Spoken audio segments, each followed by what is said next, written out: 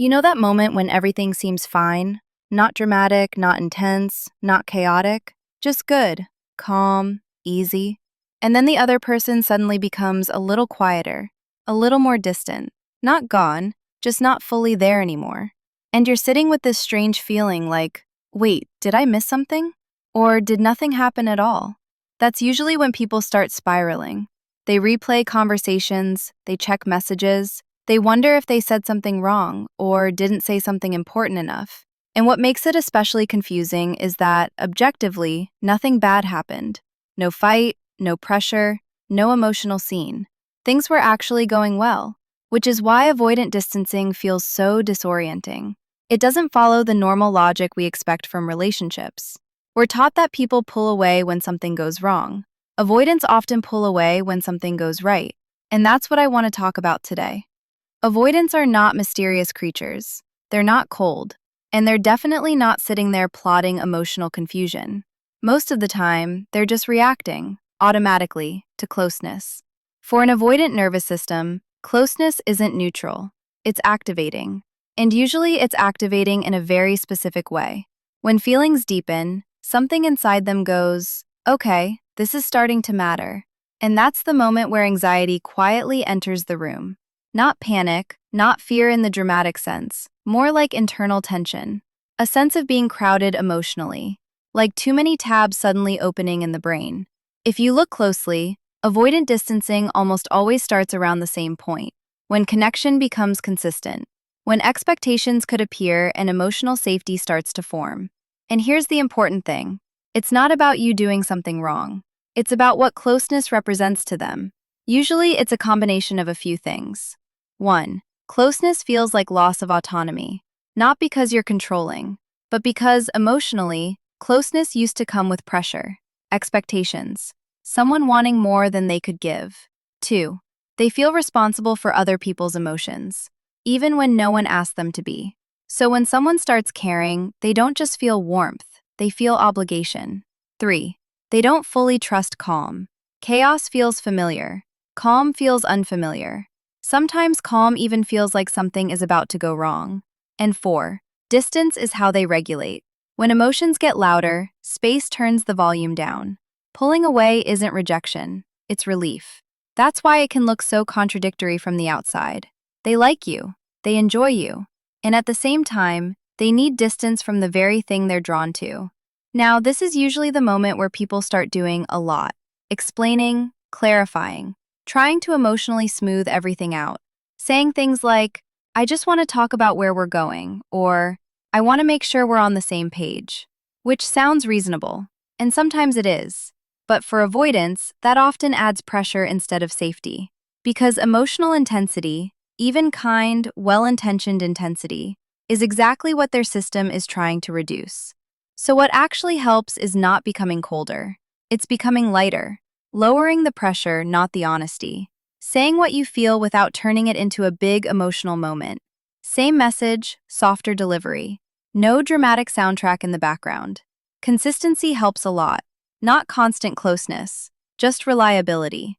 Knowing that connection doesn't suddenly turn into obligation. Pauses help too, when they're calm pauses. Not disappearing, not chasing.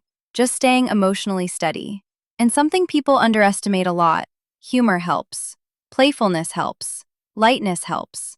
Avoidants relax when relationships don't feel like emotional exams they're about to fail. Honestly, being with an avoidant is a bit like dealing with someone who has a very sensitive alarm system. You're allowed to move. You're allowed to exist. You just don't need sudden, loud, emotional gestures all the time. And one more thing that matters more than people think: having your own life, your own rhythm, your own emotional center. Avoidants feel safer when they sense that they're joining your life, not becoming the entire emotional structure of it. Now, I don't want this to sound heavy or dramatic because it's not meant to be. Avoidants aren't broken, they're not hopeless, and they're not incapable of connection. They just learned at some point that space felt safer than closeness. And when space is met with calm, not panic, not pressure, things often soften, slowly, naturally, without forcing. This isn't about fixing anyone, and it's not about overthinking every pause. It's just about understanding what's actually happening, So you can stop reading distance as danger and start responding from a calmer place. Because when things feel lighter, they often become closer. And here's the part that people usually don't talk about enough. Distance from an avoidant doesn't always look like distance. Sometimes it looks like politeness. Sometimes like being busy. Sometimes like being very nice, but a little bit unavailable. They still show up, they still respond, they still care, just in a very contained, controlled way. And that's why it's so confusing, because you can't clearly say, they're gone. They're not gone. They're just emotionally parked a few steps back. And most people, when they sense that, start leaning forward without even noticing it. A little more attention, a little more checking in, a little more emotional availability, which is very human, by the way. But from the avoidant side, that often feels like someone turning the emotional brightness up when they're already squinting. What they actually need in those moments is not less connection, but less pressure inside the connection. And pressure doesn't come from words as much as it comes from energy. You can say almost anything as long as it's said lightly. You can't say very little if it's said with tension. That's something people underestimate all the time. It's also why avoidants often feel more relaxed around people who are a bit playful, a bit ironic, a bit emotionally flexible. Not cold, just not intense. Think of it like this. An avoidant nervous system is like someone who gets motion sickness very easily. You can still go on the trip, you just don't want sharp turns every 5 seconds. So if you're wondering how to be around an avoidant without walking on eggshells, the answer is actually pretty simple. Be clear, but calm. Present, but not heavy. Warm, but not overwhelming. And yes, I know, that's easier said than done. Because when you care, you feel. And feelings naturally want expression. The trick is learning how to express them in a way that doesn't feel like emotional gravity. One thing that helps a lot is not making every feeling a conversation. Some feelings can just exist. Not everything needs to be processed out loud immediately. Avoidants often need time for emotions to land before they can look at them. If you ask them to look at everything right now, they'll usually choose distance instead. Another thing that helps is not treating space like a crisis. When an avoidant takes a step back, it doesn't mean you need to freeze time and wait dramatically for their return. Life can continue. You can still enjoy your day, laugh with friends, focus on your own stuff. Ironically, that's often when avoidants start leaning back in. Not because you disappeared, but because the emotional atmosphere became lighter. And this is where a lot of people get it wrong. They think, if I pull back too, I'll lose the connection. But what actually happens is that the connection gets room to breathe.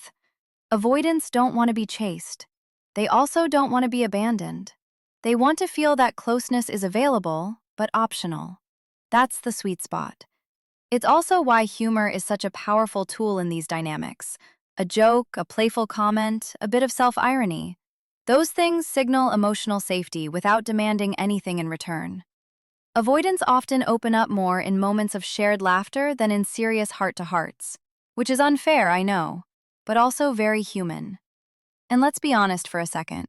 Avoidants are often actually very sensitive people. They just learned early on that sensitivity needed armor.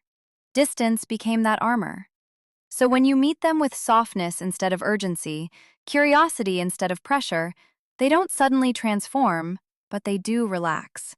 And relaxed people connect better. If you're generally calm, grounded, and emotionally okay in your own life, avoidant dynamics are much easier to navigate. If you're already exhausted, anxious, or stretched thin, they can feel overwhelming very quickly. Not because avoidants are too much, but because they require emotional steadiness. Avoidants don't pull away because they don't care. They pull away because closeness activates old fears. And when those fears are met with calm instead of panic, things don't explode or magically resolve. They soften. And honestly, that quiet softening is where real change usually begins. If this resonated with you, you can like the video, leave a comment, or just stay around. We talk about relationships here without drama, pressure, or the need to fix anyone.